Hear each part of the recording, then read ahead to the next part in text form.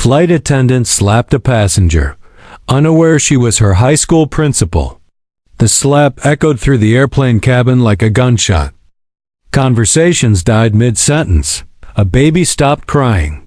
Even the engine's steady roar seemed to fade for half a second as every head snapped toward row 14. The elderly woman froze, her glasses flying from her face as her mouth fell open in shock. Her hand trembled in midair as if she couldn't quite believe what had just happened. Across from her stood the flight attendant, chest heaving, eyes blazing with fury and panic tangled together. "I warned you," the attendant snapped, her voice sharp enough to cut through the stunned silence. "I warned you not to touch me." A ripple of gasps spread through the cabin. Phones appeared instantly, screens glowing, cameras rolling. Somewhere near the back, someone whispered, "Did she just slap an old lady?" The woman who had been struck swayed slightly, gripping the seat back for balance. She was dressed neatly in a purple blazer, silver hair styled carefully, posture rigid despite the shock. Her expression wasn't angry. It was stunned, hurt, and beneath it, something deeper. Recognition. The flight attendant didn't see it. She was too busy shaking, adrenaline flooding her system. Her name was Lena Carter, 26 years old. 3 years into her airline career, already exhausted from a double shift and a morning that had gone disastrously wrong. A delayed departure. An angry supervisor. A passenger who had spilled coffee on her uniform and laughed.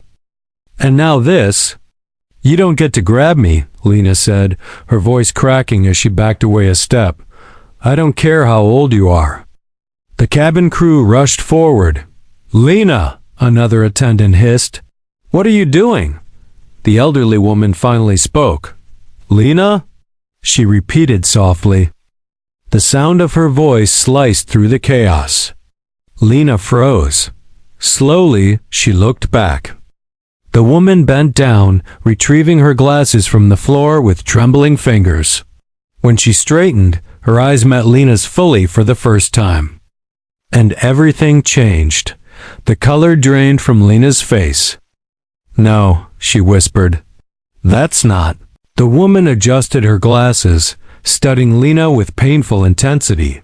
Her lips parted as if the name had been waiting years to be spoken. "Lenora Carter," she said quietly. "Second row, left side. Always late, always brilliant." The words landed like a blow. Lena staggered back as if she'd been struck instead. "Oh my God," she breathed. "No, no, no, no." Passengers leaned forward in their seats, sensing something far bigger than a mid-air altercation unfolding before them. The woman swallowed hard. "It's me," she said. "Mrs. Eleanor Whitmore." Lena's knees nearly buckled. Mrs. Whitmore. Her high school principal. The woman who had once pulled her out of class and told her she was capable of more. The woman who had called her mother when Lena was on the verge of dropping out. The woman who had stood on a graduation stage and shaken her hand, whispering, "Don't disappear." "I didn't know," Lena whispered, tears welling fast now. "I swear, I didn't know it was you." Mrs. Whitmore touched her cheek, the same cheek Lena had just struck. "I know," she said gently, "but everyone else doesn't." The cabin erupted into murmurs. "Did you hear that? That's her principal? She hit her own teacher?" The lead flight attendant stepped in, her face pale. "Mrs. Whitmore, we need to get you medical assistance immediately." "And Lena." "I'll go," Lena said quickly, her voice shaking. "I'll take responsibility. I'll accept whatever happens." Mrs. Whitmore looked at her closely. "No," she said firmly. "You will sit." Lena blinked. "What?" "You made a mistake," Mrs. Whitmore continued, her voice calm but commanding the same voice that once silenced entire auditoriums. "But this didn't begin with a slap. And it won't end with one either."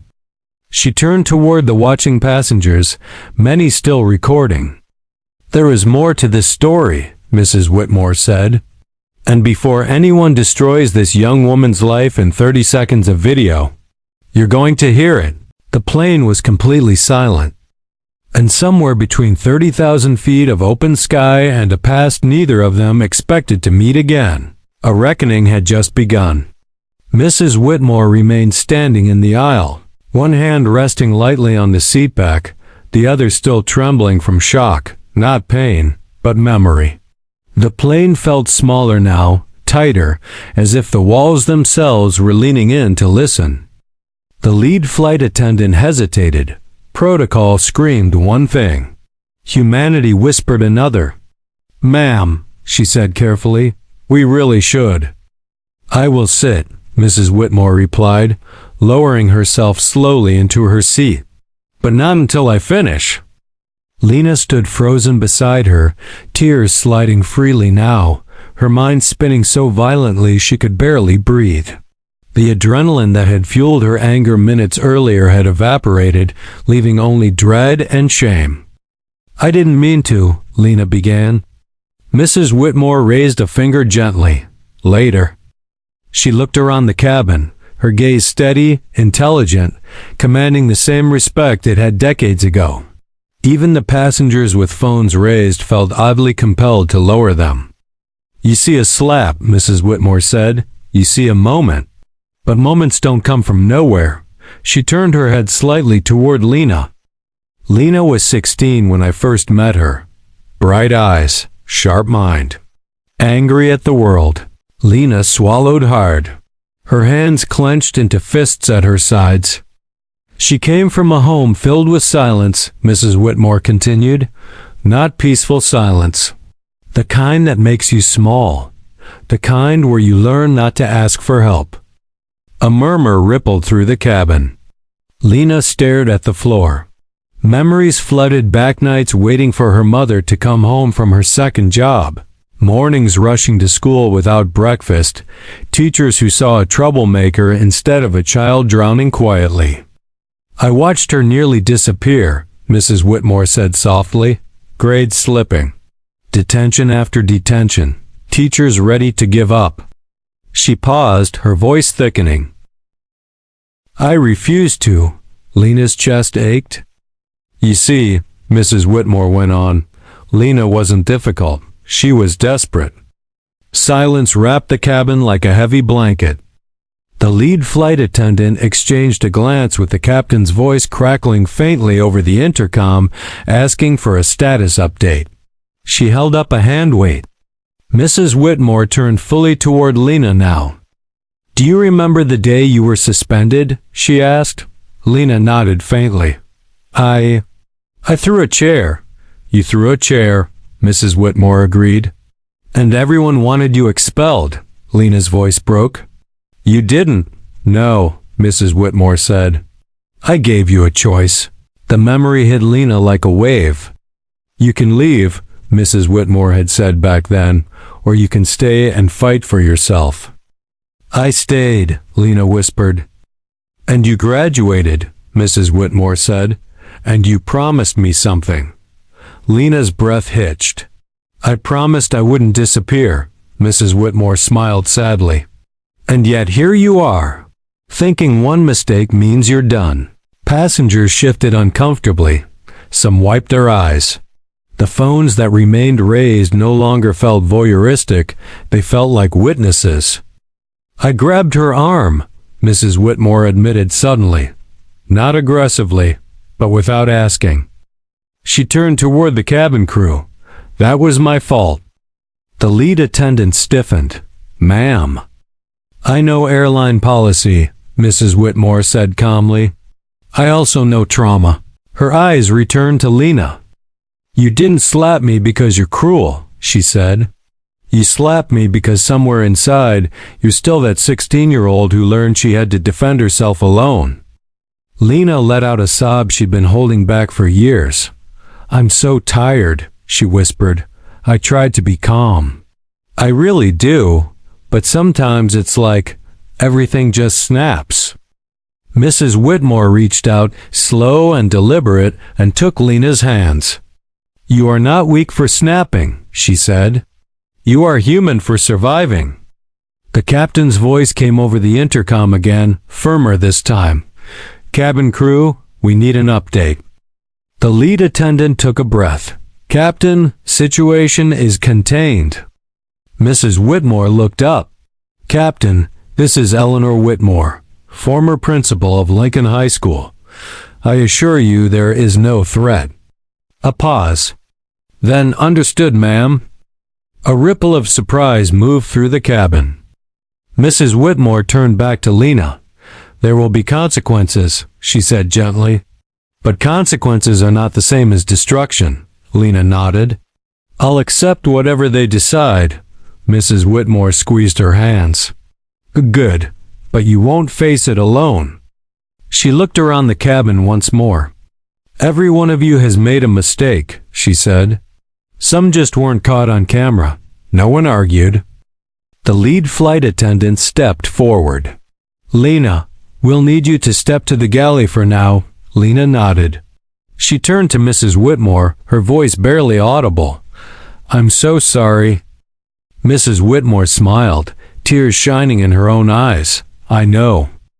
As Lena walked away, shoulders shaking, the cabin slowly began to breathe again. But something had shifted. This was no longer a scandal. It was a reckoning. And it wasn't over yet. The galley felt colder than the cabin, even though it wasn't. Lena stood with her back against the metal wall, arms wrapped around herself as if holding her body together. The hum of the engines, once background noise, now thundered inside her skull. Two senior flight attendants stood nearby, not hostile, not kind, just careful. One of them, a woman with silver-streaked hair and tired eyes, finally spoke. Sit down, Lena. Lena obeyed, sinking onto the fold-down jump seat. Her legs trembled so badly she was afraid they might give out if she stood again. You're not under arrest, the woman said calmly. But we have to document what happened. I know, Lena whispered. I'll cooperate. The other attendant handed her a bottle of water. Drink. Lena's hand shook as she twisted the cap. Water sloshed onto her uniform, darkening the fabric. She didn't bother wiping it away. I didn't recognize her, Lena said suddenly, words spilling out. Not at first, I swear. It was just chaos. She grabbed me and you reacted. The silver-haired attendant finished. We understand, Lena laughed weakly. That's funny, because I don't understand myself anymore. The attendant studied her for a long moment. How long have you been flying? 3 years. And before that? Nothing stable, Lena said. This job was supposed to mean I'd finally made it. She pressed her fingers into her temples. I can't lose this. No one answered immediately. Up in the cabin, the atmosphere remained thick with unspoken tension. Passengers whispered in low tones, replaying the scene in their minds. Some had already uploaded clips, captions ranging from outrage to confusion to awe. Mrs. Whitmore sat quietly, hands folded in her lap, eyes closed not in exhaustion, but in thought. The man across the aisle leaned toward her. You really were her principal? Yes, she replied without opening her eyes. She seemed afraid of disappointing you.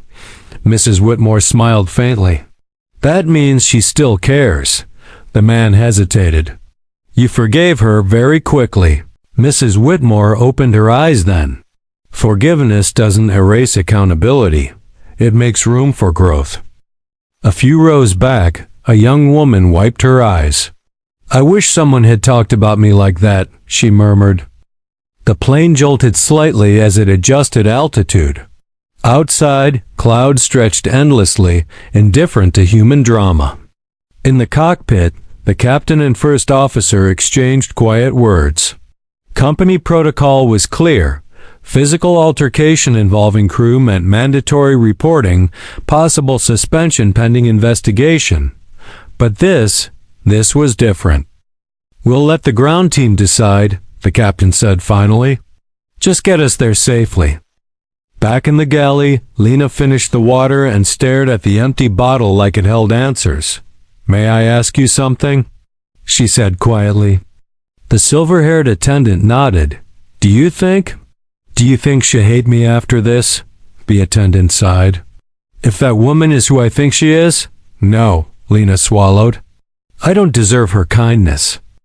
Deserve has nothing to do with it, the attendant replied. Neither does cruelty. Life's messier than that. Minutes stretched into an hour. The plane continued its journey, but for Lena, time felt suspend, every second heavy with consequence. Finally, footsteps approached. Mrs. Whitmore appeared at the galley entrance, supported lightly by the aisle seat. The attendant stiffened. Ma'am, you shouldn't. I know, Mrs. Whitmore said gently. I won't stay long. They hesitated, then stepped aside. Lena looked up and broke. I'm so sorry, she sobbed, standing abruptly. I ruined everything. I embarrassed you. Mrs. Whitmore held up a hand. Sit, Lena sat. Mrs. Whitmore lowered herself onto the opposite jump seat, her movements slow but steady. Do you know why I became a principal? She asked. Lena shook her head. Because when I was young, Mrs. Whitmore said, a teacher once told me I was too difficult to help. Lena's eyes widened. I never forgot how small that made me feel, Mrs. Whitmore continued. So I promised myself I would never give up on a child just because they were hurting loudly. She leaned forward slightly. You are still hurting. That doesn't disappear just because you grow older or put on a uniform. Lena wiped her face. I thought I'd healed. Healing isn't a straight line, Mrs. Whitmore said. Some days you feel strong. Some days you're triggered by a hand on your arm at 30,000 feet. Lena let out a shaky laugh through tears. There will be an investigation, Mrs. Whitmore said. There should be. Actions matter. Lena nodded. I understand. But listen to me, Mrs. Whitmore said firmly. Whatever happens with your job does not erase who you are. It does not undo the woman you became. She reached out and squeezed Lena's hand. And I will speak on your behalf. Lena stared at her. You don't have to. I know, Mrs. Whitmore said. I want to. The attendants watched silently, their earlier rigidity melting into quiet respect. A chime sounded, the captain announcing descent preparations. Mrs. Whitmore stood carefully. I should return to my seat. She paused, looking down at Lena. You once told me you wanted a life where you help people feel safe, she said. This moment doesn't cancel that dream. It clarifies it. Lena's voice was barely audible. What if they fire me? Mrs. Whitmore smiled softly. Then you will grieve. And then you will rebuild. You always do. As Mrs. Whitmore walked back down the aisle, passengers watched with a different kind of attention now, not hunger for drama, but reverence. Lena remained seated in the galley, breathing slowly, grounding herself. For the first time since the slap, she wasn't drowning in shame. She was facing it. And somewhere deep inside, the terrified 16-year-old girl loosened her grip, just a little. The wheels were about to touch the ground. And with them, the truth would land too. The landing was smooth, almost eerily so, as if the aircraft itself was trying to soften what awaited everyone on the ground. When the wheels touched the runway, a ripple of restrained relief moved through the cabin. Seat belts clicked. Overhead bins rattled. Outside, the terminal lights gleamed like an entirely different world, one governed by rules, procedures, and judgments that no amount of compassion at 30,000 feet could fully suspend. Lena remained in the galley, hands folded tightly in her lap, staring at the floor as if it might open and swallow her. Every possible outcome played in her mind on a relentless loop: suspension, termination, public shaming, a career ending not with a whimper, but with a viral clip. The captain's voice came over the intercom, professional and measured. Ladies and gentlemen, welcome to... Lena barely heard the rest. A moment later, the cockpit door opened and the captain stepped out, followed by a uniformed airline supervisor who had boarded as soon as the plane parked. The supervisor's presence alone made Lena's chest tighten. "Lena Carter?" the supervisor asked. "Yes," Lena replied, standing quickly. "Please come with me."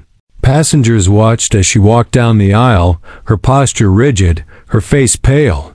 Some looked away out of respect. Others nodded encouragingly. A few mouthed silent words she couldn't hear but somehow felt. Mrs. Whitmore remained seated, hands resting calmly on her cane, eyes following Lena until she disappeared through the aircraft door. Inside the jet bridge, the air felt heavier. Security personnel stood nearby, though they made no move toward Lena. This wasn't a criminal matter, but it was serious. They led her to a quiet operations room just off the gate. The door closed softly behind them. "Please sit," the supervisor said. Lena sat. The supervisor opened a tablet. "I'm required to inform you that this incident has been reported. There will be an internal review." Lena nodded. "I understand." "You're not being terminated today," the supervisor continued, "but you are being placed on temporary administrative leave pending the outcome." Lena exhaled shakily. "Thank you for telling me directly." There was a pause. "We've also received a formal statement from the passenger involved," the supervisor said. Lena's heart jumped. "Mrs. Whitmore?" "Yes." The supervisor turned the tablet slightly so Lena could see the text. It wasn't long, but every word carried weight. The flight attendant acted under perceived threat. While her response was inappropriate, it was not malicious. "I take full responsibility for initiating physical contact. I strongly believe this incident should be handled with compassion, context, and support rather than punishment alone." Tears blurred Lena's vision. "She asked to speak with you before leaving the terminal," the supervisor added, "if you're willing." Lena nodded immediately. "Yes, please." Moments later, Mrs. Whitmore entered the room, walking slowly but with unmistakable dignity. The supervisor and captain stepped outside, giving them privacy. For a few seconds, neither spoke. Then Lena stood. "Thank you." "For everything." Mrs. Whitmore waved a hand gently. "Sit. You don't owe me standing." Lena sat again, this time steadier. "I meant what I wrote," Mrs. Whitmore said, "but this isn't just about kindness. It's about responsibility." "I know," Lena replied. "I crossed a line." "Yes," Mrs. Whitmore said calmly. "And you acknowledged it immediately. That matters." She leaned forward slightly. "Do you know how many adults I've met who still blame everyone else for their worst moments?" Lena shook her head. "Too many," Mrs. Whitmore said. "You didn't." Lena wiped her eyes. "I was so afraid of becoming someone angry. Someone unsafe." Mrs. Whitmore smiled softly. "Anger doesn't make you unsafe. Refusing to face it does." There was a knock at the door. The supervisor returned. "Mrs. Whitmore, your driver is waiting." Mrs. Whitmore stood, then turned back to Lena. "Whatever decision they make, promise me something." "What?"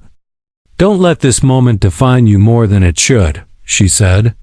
"Learn from it, but don't live inside it." Lena nodded. "I promise." After Mrs. Whitmore left, the terminal seemed louder, brighter, harsher.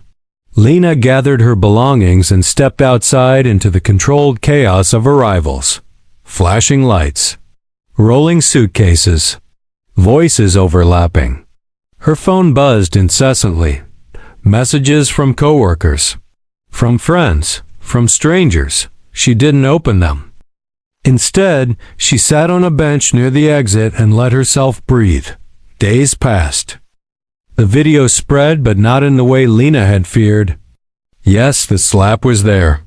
The shock, the gasp. But so was the aftermath. Mrs. Whitmore's calm, her defense, her words. Commentary shifted. She didn't just forgive her, she taught her. This is what accountability with humanity looks like. Why don't we talk more about trauma responses? The airline completed its review 2 weeks later. Lena was required to attend additional training and counseling. She received a formal warning, but she was not fired. When the email arrived, Lena cried not out of relief alone, but out of gratitude she didn't know how to repay. On her first day back, she stood in front of the mirror in her uniform, hands trembling slightly as she adjusted her scarf. She looked different. Not because of shame, but because of clarity. Before boarding, she received a message. Proud of you. Keep choosing growth. Lena smiled. As she walked down the jet bridge toward her aircraft, the engines humming patiently, she understood something she hadn't before. Some lessons arrive wrapped in humiliation. Some grace arrives disguised as consequences. And sometimes, the people who shape us most don't stop teaching when the classroom ends. They teach us how to face ourselves, even at 30,000 feet.